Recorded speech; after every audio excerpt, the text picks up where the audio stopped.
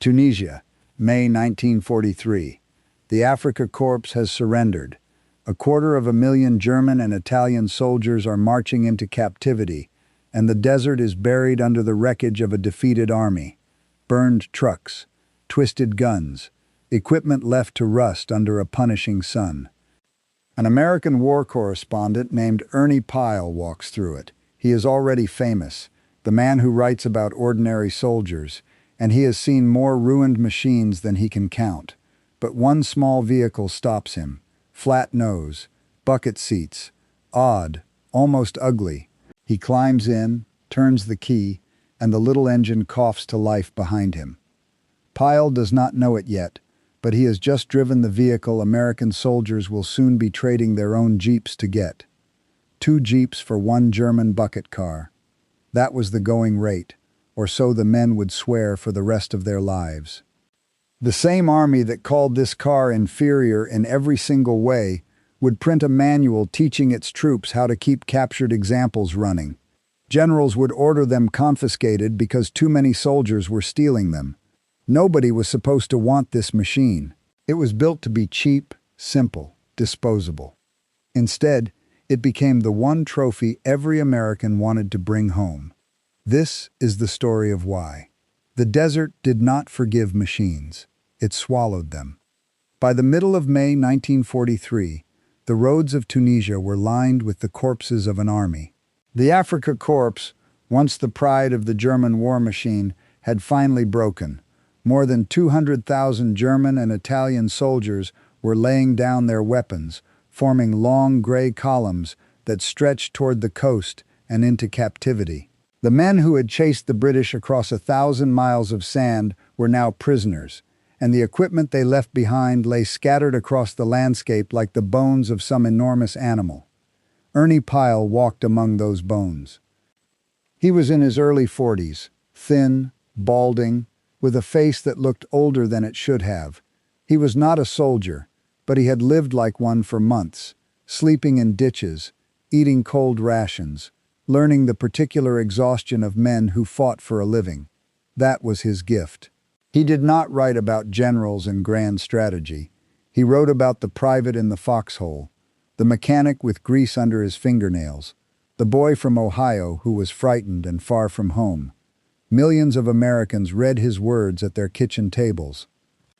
Now he moved slowly through the wreckage, notebook in hand, cataloging the ruin. Burned trucks with their tires melted into black puddles, artillery pieces with their barrels bent toward the sky, staff cars riddled with holes. He had seen so much of it that the sight no longer shocked him. It only made him tired. Then he saw the little car. It sat off to the side of the road, coated in dust, tilted slightly where one wheel had settled into the soft ground. It was small and strangely shaped, with a flat sloping nose and a body of plain steel panels, as if someone had drawn a car using only a ruler. There were no graceful curves, no chrome, no attempt at beauty. 4 simple seats sat inside an open metal shell. It looked less like a military vehicle than like something a factory might build for a farmer who could not afford anything better. Pyle stopped and looked at it for a long moment. He had passed 100 abandoned vehicles that morning and given none of them a second glance. But this one held his attention. Maybe it was the odd shape. Maybe it was the way it seemed almost undamaged, waiting patiently in the sand while everything around it lay destroyed. He stepped closer, ran a hand along the dusty edge of the door, and did something a war correspondent was not supposed to do with enemy equipment. He climbed in. The seats surprised him. They were deep and shaped, holding his body the way a good chair does. He settled his weight into the strange bucket, found the controls, and reached for the key. Behind him, somewhere over the rear axle where no engine had any business being, something turned over. Once, twice. Then a flat, uneven rhythm settled into place, an air-cooled clatter unlike the smooth hum of an American motor. The little car was alive. He let it idle for a moment and simply listened. The sound was nothing like home. American engines growled with a deep, wet, confident power, the sound of a country with more oil than it knew what to do with. This engine was dry and quick and honest, a busy metallic patter that seemed to come from a smaller and hungrier world. There was no radiator hissing in front of him. There was no water to boil, no coolant to leak, nothing up front at all but a flat steel floor and the wide, patient desert beyond the windshield. Pyle rested his hands on the thin steering wheel and felt the whole machine tremble gently through his palms, eager and light, like a horse that wanted to run. The heat pressed down on him. Sweat traced a line down the back of his neck. Somewhere behind him a column of prisoners shuffled past, their boots dragging in the sand, and none of them looked at the strange little car that one of their own kind had left behind. To them it was already part of the past. To Pyle it felt, absurdly, like the future. Ernie Pyle sat there in the Tunisian sun, listening to an engine built in a factory in Germany, and became one of the first Americans to drive a Volkswagen.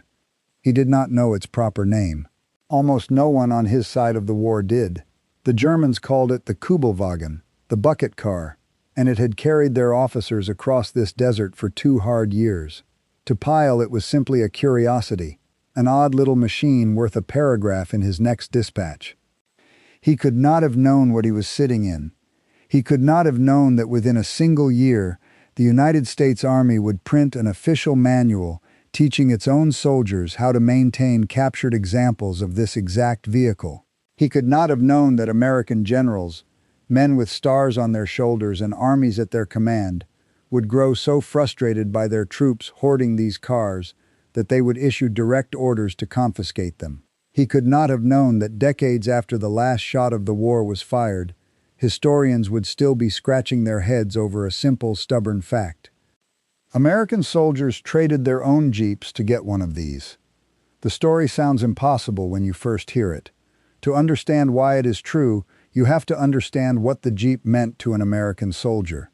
The Willys Jeep was a legend even while the war was still being fought.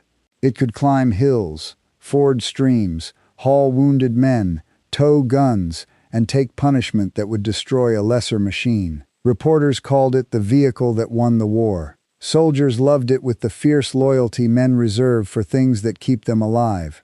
Giving up a jeep was not a small thing. And yet the going rate, whispered from unit to unit and sworn to by veterans for the rest of their lives, was 2 jeeps for 1 German bucket car. Some men claimed the price ran even higher.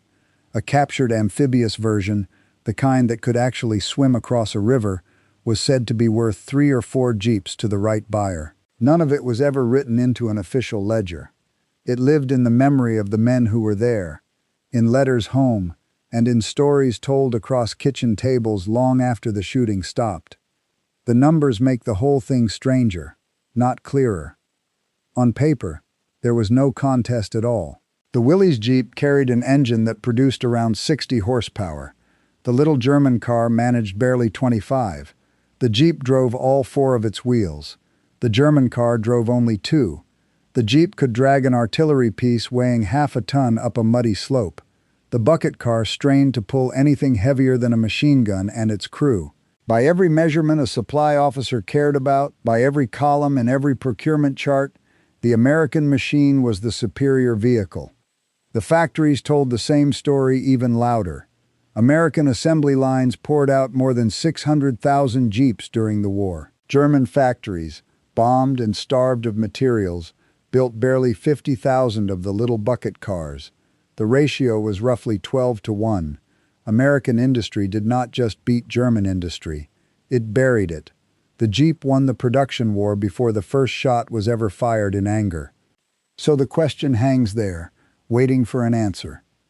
If the Jeep was faster, stronger, more powerful, and available in numbers the Germans could only dream of, why did the men who actually drove both machines keep choosing the enemy's car?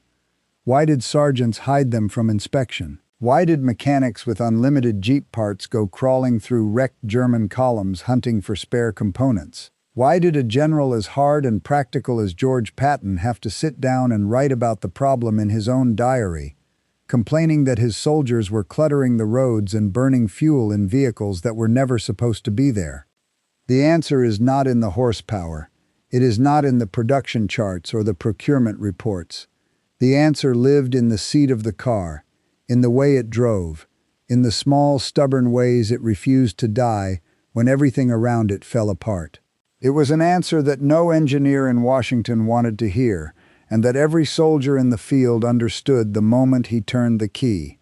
Ernie Pyle understood a piece of it right there in the desert, though he could not yet have put it into words. He felt it in the way the seat cradled him, in the flat, confident clatter of that rear engine, in the sense that this ugly little machine had been built by people who imagined the person who would one day have to drive it. He would climb back out, brush the dust from his uniform, and move on. There was a war to cover, and the story of a strange enemy car was a small thing beside the fall of an entire army. He would follow the fighting into Italy, and then across the beaches of France, and finally toward Germany itself. He had less than 2 years left to live. But something about the little car stayed with him, the way small things do. He had touched the edge of a mystery that would outlast the war. Why did the losing side, the side with fewer factories and fewer resources, and a cause that deserved to fail, manage to build a vehicle that the winning side could not stop coveting? To answer that, you have to go back before the desert, before the war itself. You have to go back to a promise made to the German people, a promise of a cheap little car for every family, and to the engineer who designed it. You have to follow that promise as it was twisted into something for war, tested in the snow, doubted by the very army that ordered it, and then proven in the worst conditions on earth. You have to understand how a car built to be cheap, simple, and disposable became the one trophy every American soldier wanted to carry home. Ernie Pyle drove out of the wreckage that day and left the little car behind. He had no idea he had just met one of the strangest legends of the entire war. The little car that Ernie Pyle drove in the desert was never supposed to exist at all. To understand where it came from, you have to go back 5 years before Tunisia, to a Germany that was not yet at war but was already preparing for one. In those years there was a promise, loud and bright and repeated in every newspaper. The promise was a car for the common man. Not a Mercedes for the wealthy, not an Opel for the comfortable middle class, but a simple, cheap, reliable little automobile that any German worker could afford.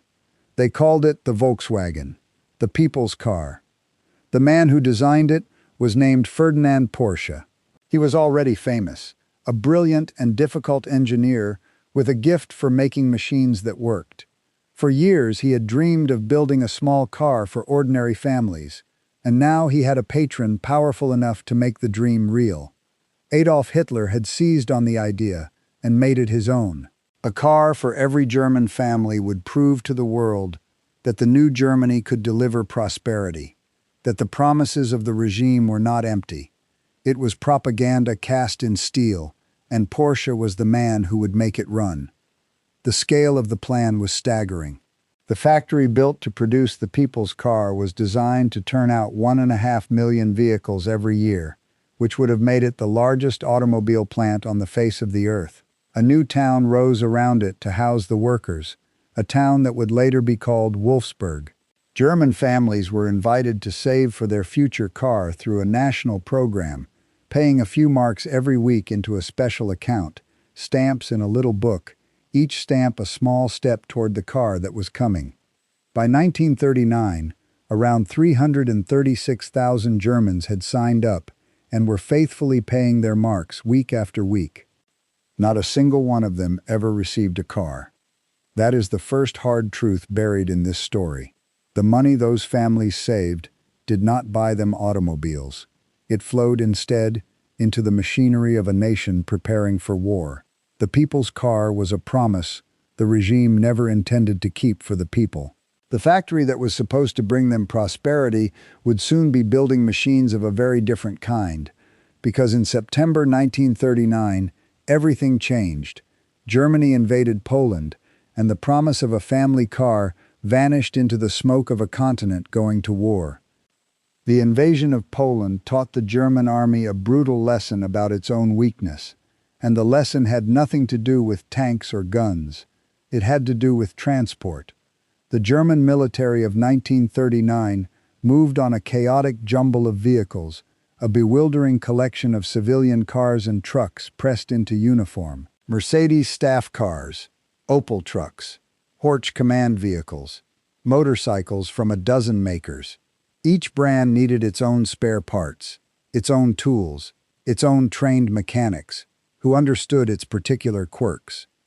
The result was a logistical nightmare.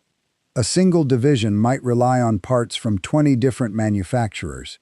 When a vehicle broke down, the part it needed might be hundreds of miles away, sitting in a depot that served a different brand entirely. Mechanics could not be trained on every machine. Repair yards filled up with vehicles waiting for parts that never came. The German army was discovering that an army does not run on courage. It runs on standardization, on the boring miracle of every vehicle using the same bolt. The army needed one light vehicle, simple, standard, built in enormous numbers from the same parts. And there, sitting in Porsche's workshop, was the perfect starting point. Even before the war began, back in early 1938, the Army had already asked Porsche to build a military version of his little people's car. The project was given a plain designation, the Type 62. Porsche's engineers took the rounded body of the civilian car and threw it away. In its place, they bolted flat steel panels, shapes so simple they could be stamped out with the crudest tools. They raised the whole car higher off the ground for rough terrain. They fitted 4 deep seats, and those seats gave the machine its name. The Germans called it the Kubelsitzwagen, the bucket seat car. Soldiers, as soldiers always do, shortened it. Kubelwagen, the bucket car. The name stuck for the rest of the war. The first prototypes went to military trials in late 1939, and the Army's reaction was cold. The officers who tested it were not impressed. 25 horsepower struck them as laughably weak. They frowned at the engine mounted in the back, an odd arrangement that seemed to defy common sense. Most of all, they doubted that a vehicle driving only 2 of its wheels could ever keep up with the tanks and trucks that clawed their way through mud and snow on all 4. Some of them argued that the whole project should be scrapped. The little car was underpowered, strange, and unproven. It looked like a mistake. Their concerns were not foolish. On every specification that mattered, the Kubelwagen looked like the weaker machine. The engine was tiny. The rear weight balance meant the front wheels barely pressed on the ground, which threatened to ruin the steering on difficult terrain. 2-wheel drive seemed like a fatal flaw for a vehicle expected to follow armored divisions into the worst ground on Earth. On paper, the skeptics were winning the argument. Then the Army tested the little car in snow, and the argument ended. Something no one on the specification sheets had predicted began to happen. The Kubelwagen, with only its rear wheels driving, kept moving where heavier 4-wheel drive vehicles bogged down and stopped. German evaluators watched in something close to disbelief as the underpowered little bucket car outperformed machines that should have crushed it. The secret was the one thing the critics had counted as a weakness: weight, or rather, the lack of it.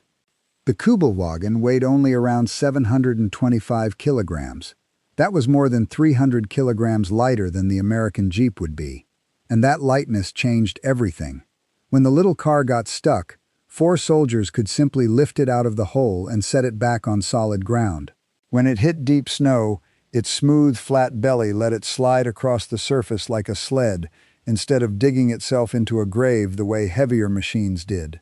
The very thing the engineers had been mocked for, the featherweight body, turned out to be the car's greatest strength. That weight was no accident. Porsche had fought for every kilogram. The flat steel panels were thinner than normal. The frame was stripped to its bones. The little engine, born from the civilian car, had been built for thrift rather than power from the very beginning. Every single part had been weighed and questioned and lightened. What looked like corner cutting was actually a philosophy, a belief that a machine could be made better by taking things away rather than adding them. The Army was convinced. Full production of the improved model, the Type 82, began in 1940 at the great factory that had been built to make cars for German families. But the story of who built these vehicles carries a darkness that must be spoken plainly, because it never leaves this story and it never should. As the war ground on, Germany ran out of workers. The men were at the front, so the factory, like so many across the Reich, turned to forced labor. Prisoners, people dragged from occupied countries, men and women brought from concentration camps and made to work on the assembly lines. By 1944, according to many studies, something close to 2/3 of the workforce at that factory was made up of foreign and forced laborers who had no choice in the matter at all. The very machines that American soldiers would soon covet as prizes were built, in part, by hands held there against their will. Nothing about the cleverness of this car erases that fact. It is one crime among the countless crimes of the regime that made it. The engineering can be admired, and the horror must be remembered, both at once, without one softening the other. That is the only honest way to tell this story. Production climbed year after year despite Allied bombs falling on the factory. A few hundred cars in 1940 became thousands, then tens of thousands. By the peak in 1944, more than 16,000 of the little bucket cars rolled out in a single year, even as the bombs kept falling. By the end of the war, German factories had produced 50,435 of them. They went everywhere the German army went, from the frozen plains of Russia to the burning sands of North Africa. And everywhere they went, sooner or later, an American or a British soldier would find one, climb in, and discover what all the fuss was about. And what they discovered was engineering that seemed to break its own rules. Start with the way the car cleared the ground. Porsche's engineers had used a clever trick called portal gearing, mounting gears at the wheel hubs so that the axles rode high above the center of each wheel. The effect was extra clearance underneath, around 11 inches of it, more than the Jeep had. Rocks, stumps, and battlefield debris that would catch and hang up an American vehicle passed harmlessly beneath the German one. The little car could crawl over obstacles that left the Jeep stranded with its belly in the air and its wheels spinning at nothing. Then there was the ride. The Kübelwagen used a fully independent suspension built around torsion bars, which meant each wheel could rise and fall on its own without slamming the shock into the rest of the car.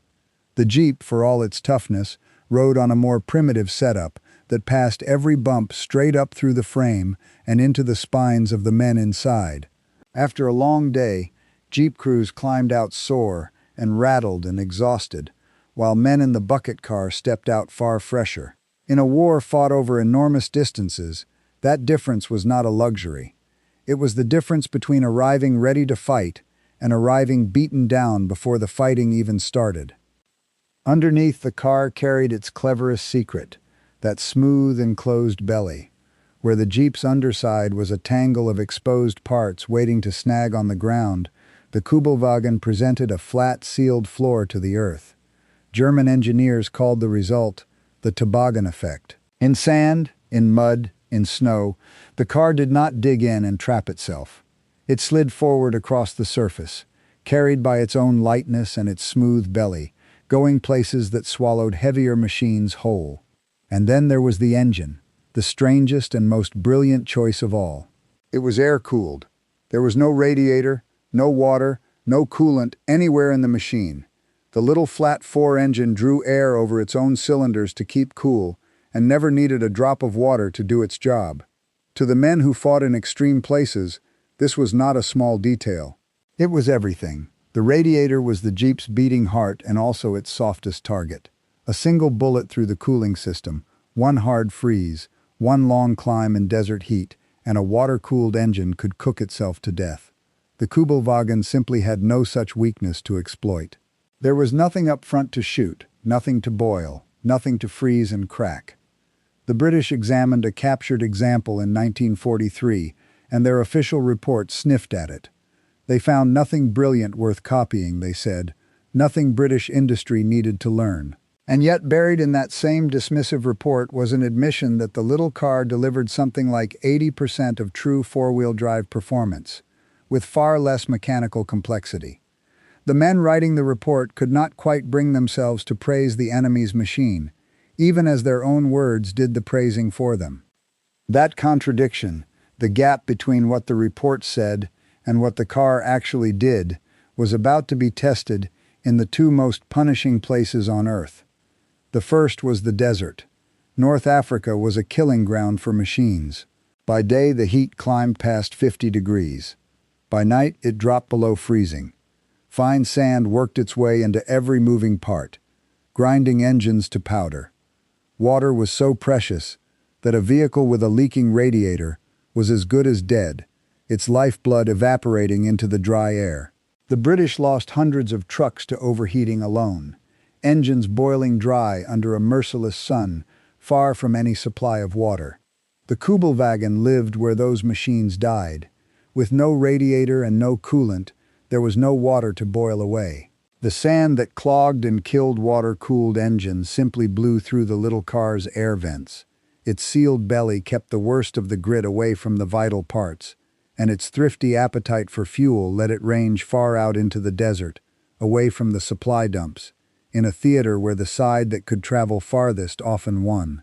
Rommel's Afrika Korps used these cars for scouting and for carrying officers across the sand, year after year, and when the British and Commonwealth troops overran German positions, they found the bucket cars by the dozen and put many of them straight back to work under new owners. One German veteran remembered it simply, decades later. The little bucket car, he said, was the only vehicle you could truly trust in the Libyan sand. Everything else overheated, or broke, or buried itself. The little car just kept running when everything else stopped.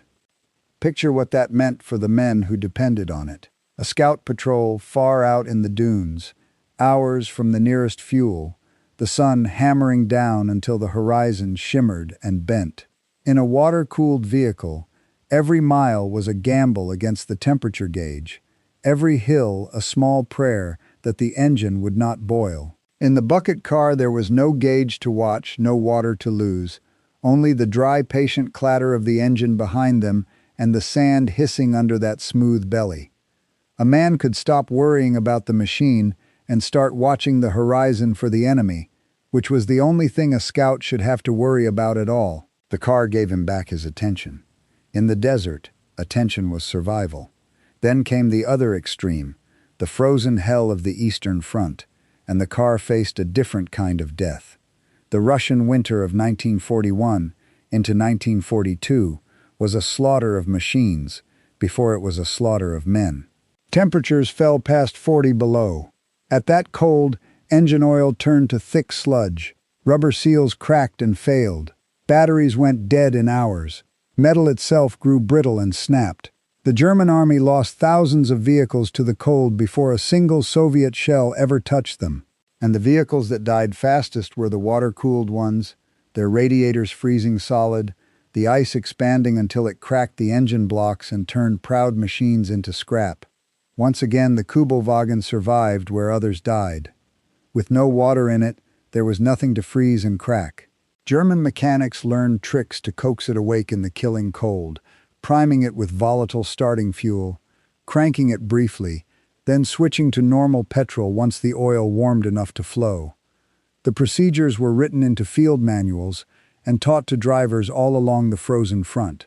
The little car had its own miseries in that cold, but it started and it ran, and in a Russian winter that was more than most machines could manage. By now the pattern was clear, and it was a pattern that soldiers on every side could see with their own eyes. This ugly, underpowered, cheaply made little car had a stubborn genius for staying alive in exactly the conditions that killed everything around it. And that reputation, whispered from unit to unit, was about to leap across the front line and infect the one army that was supposed to have the best equipment in the world. The Americans caught the fever. As United States forces pushed deeper into the fighting, more and more of them got their hands on captured Kübelwagens, and more of them refused to let go. It started small, a curiosity here, a prize there. Then it spread. Officers requisitioned them for their own personal use. Enlisted men found ways to keep them off the books. Mechanics with access to unlimited Jeep parts went crawling through wrecked German columns anyway, hunting for components to keep a captured bucket car alive. The medical units were among the worst offenders. It seemed as if every medic in the theater had somehow acquired his own personal German transport, and the roads behind the front filled up with vehicles that appeared on no official list anywhere. There was a trade in these cars, though no ledger ever recorded it.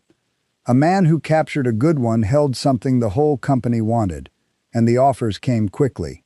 A crate of rations, a bottle of something strong, a pistol as a souvenir, and, so the veterans always swore afterward, Jeeps. 2 of them handed over for a single German bucket car, a rate so lopsided it should have made no sense to anyone. But the men making the trade were not reading specification sheets. They had driven both machines, and they knew which one they wanted parked outside their tent in the morning. The numbers on paper belonged to the supply officers. The choice belonged to the men, and the men chose the little car. The problem climbed all the way to the top. General George Patton, a man not known for his patience, was forced to deal with it directly. In his own diary, he complained about the situation, noting with obvious frustration that his soldiers had acquired German automobiles by the score, wasting fuel at a magnificent rate and cluttering the roads. He ordered the vehicles rounded up and taken away, and it barely worked at all. Because here was the impossible problem that no order could solve. How do you command a soldier to give up a machine when that machine is better than the one the army handed him? How do you enforce a rule that every man in the ranks can see is foolish? The confiscation orders went out. The soldiers nodded and hid their cars and drove them anyway. Some handed over a wreck and kept the good one. Some simply moved their prize to a unit where the inspectors had not yet reached. The bucket cars kept rolling, off the books and out of sight, because the men who drove them had made a simple judgment that no general could overrule. The little car worked better, and in a war that offered a soldier almost nothing in the way of comfort or ease, a machine that worked better was worth breaking a rule to keep. There was something else at work too, something the confiscation orders could never touch. To capture the enemy's car and drive it as your own was a quiet kind of victory, small enough to fit in your hands. Every time a young American slid behind that thin steering wheel, he was announcing to the world that he had won, that the men who built this clever machine had lost, and that the prize now belonged to him. A pistol could be shown off in a photograph. A flag could be folded and mailed home. But a captured car could be driven, every day, in plain sight of everyone. It was a trophy that carried you down the road. No wonder the generals could not pry them loose. They were not fighting against greed or laziness. They were fighting against the deep human pull of a thing that worked well and had been taken fairly from a beaten enemy. And against that pull, an order written on paper never stood a chance. If you want to know exactly how much the United States Army understood about this problem, look at a single document. In the middle of 1944, the same month that Allied soldiers stormed the beaches of Normandy, the United States Army printed a technical manual. Its title was plain, German Volkswagen. It carried the designation TM-E9803, and that string of characters holds a quiet confession.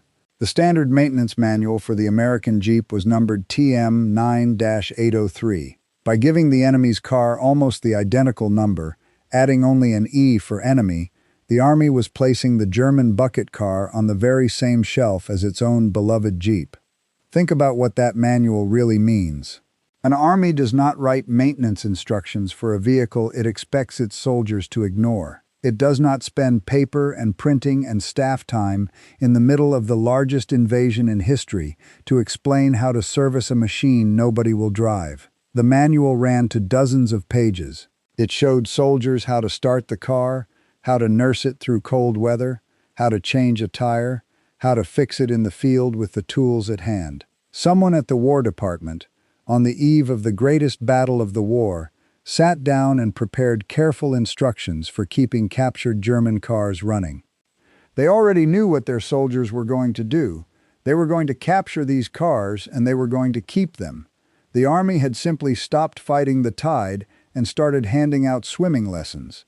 The photographs finish the story that the manual begins. They survive by the hundred in archives across the United States and Britain, and they all show the same thing: American soldiers grinning in captured German cars. 3 sergeants crowded into a bucket car somewhere in Europe, wearing the wide, easy smiles of men who have gotten away with something. Paratroopers rolling through a shattered French town in a captured Volkswagen. Medics hauling their supplies in German transport. Nurses riding in an amphibious version freshly painted with the white star of the Allied armies.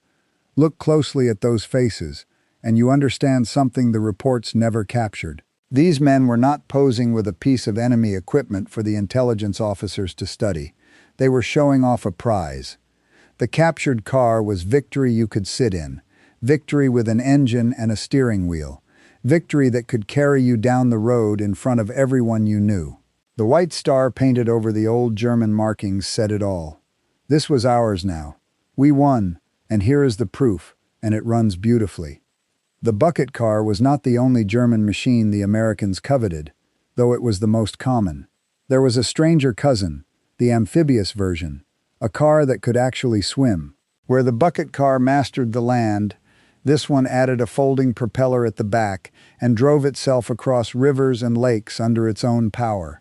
It was rarer, cleverer, and even more prized. If the going rate for a bucket car was 2 jeeps, men swore that this swimming version could command 3 or 4. The American Army had built its own amphibious jeep, and the soldiers who used it despised the thing. It was heavy and slow, and sat too low in the water, always threatening to swamp. Then they saw what the Germans had built, and they understood at once why the little German swimmer was worth so many of their own machines. And here, at the end, we arrive at the strangest fact of all, the official verdict. One American evaluation, written up in the cool language of a procurement report, dismissed the bucket car as inferior in every single way to the American Jeep, with one exception: the comfort of its seating. That was the verdict the War Department wanted on the record. Inferior in every way but the seats. Set that sentence beside everything else this story has shown you. Set it beside the testing ground reports that found the little car simpler, easier to build, easier to fix, faster on the road. Set it beside the British mechanics who drove captured examples thousands of miles and came away impressed against their will. Set it beside the men who traded 2 jeeps to get one. Set it beside the manual the Army printed in the same month as the Normandy landings, teaching its own soldiers to keep these cars alive. Set it beside every grinning photograph in every archive. The official verdict does not survive the comparison. It was not a lie exactly, but it was not the truth either. It was what an institution needed to believe. Official assessments serve their own purposes. They justify the decisions already made. They protect morale. They hold up the comforting story that the winning side had the better of everything. To admit that the enemy, the defeated enemy, had built a better little car than the mighty American industry managed would have been an awkward thing to write down. So it was not written down. The verdict said inferior, and the soldiers said something entirely different, and history has spent decades caught between the two. The truth was simpler than either side. The Americans had built the better system. 600,000 jeeps against 50,000 bucket cars, spare parts without end, a supply chain the Germans could only dream of. The jeep was good enough, and there were rivers of them, and when one broke there was always another. That was how America won its wars, with overwhelming plenty. But the Germans, with far less of everything, had built the better single vehicle. Both things were true at once. The jeep was better as part of a system. The bucket car was better as a car. Soldiers who did not care about systems and cared very much about the machine in front of them understood which truth mattered when they were the ones behind the wheel. The final proof came after the shooting stopped. When British forces took control of the great factory at war's end, their first instinct was to tear it down. Germany would not be allowed to rebuild the industry that had helped arm it. But the British officers who actually drove the little cars reached a different conclusion, the same one every soldier reached. These machines were good. Rather than destroy the factory, they ordered thousands of vehicles built for their own occupation forces, and the assembly lines that had served a defeated army began to turn again under new management. From that reprieve grew one of the great stories in the history of the automobile. The civilian version of Porsche's little car, the rounded people's car that the war had interrupted, went back into production and never stopped. In the decades that followed, it spread across the entire world. More than 21 million of them were eventually built, making it one of the best-selling cars ever made. The design that a British report had dismissed as showing no special brilliance became the foundation of a giant. The people who were told after the war that their industry would be dismantled instead built one of the most successful car companies on Earth, on the bones of that same stubborn little machine. The bucket cars themselves, though, mostly vanished. Of the 50,000 built during the war, only around 1,000 are thought to survive anywhere today, scattered through museums and private collections, a precious handful compared to the numbers that once roamed every front. Most of the captured ones never made it home with the Americans who loved them. The rules classified a whole vehicle as property of the state, not a souvenir a man could simply mail to his mother. Shipping a car across the Atlantic took paperwork and inspections and cargo space that an ordinary soldier could rarely get. So the captured cars were driven until they broke, then left by the side of some European road. They were handed down to replacement troops when a unit moved on. They were abandoned in the great confusion of a continent trying to put itself back together. The paper trail thinned and disappeared. The cars themselves melted back into the chaos they had come from. And Ernie Pyle, the man who started this story in the Tunisian sand, never learned how it ended. He drove out of that desert wreckage in May of 1943 and went back to the only work he knew, writing about the ordinary soldier for the millions who read him at home. He followed the war into Italy, through mud and mountains and misery. He crossed to France after the Normandy landings and moved with the American advance toward Germany itself. He grew more tired with every campaign, more worn down by the endless dying of the young men he wrote about. And in April of 1945, on a small island in the Pacific called Iejima, he was killed by Japanese machine gun fire, one of the last great correspondents to die in the war he had chronicled so faithfully. He never knew that within a year of his desert drive, his own army would print a manual to keep captured German cars running. He never knew that generals would rage about their soldiers stealing them. He never knew that decades later, people would still be asking why American troops traded 2 of their own jeeps for one little enemy car. But on that hot day in Tunisia, sitting in the bucket seat of a machine built by an enemy he was helping to defeat, he may have understood the answer better than any report ever would. He had felt it in the way the seat held him, in the dry, confident clatter of that rear engine, in the simple sense that this ugly little car had been made by people who thought carefully about the man who would one day have to drive it. The official verdict said, inferior in every way but the seats. The soldiers who drove it said nothing so tidy. They just kept the cars, and hid them from inspection, and traded their jeeps away, and grinned into every camera that found them. They had learned the lesson that no procurement report could bring itself to write down, the lesson Ernie Pyle stumbled into first, alone in a field of ruined machines.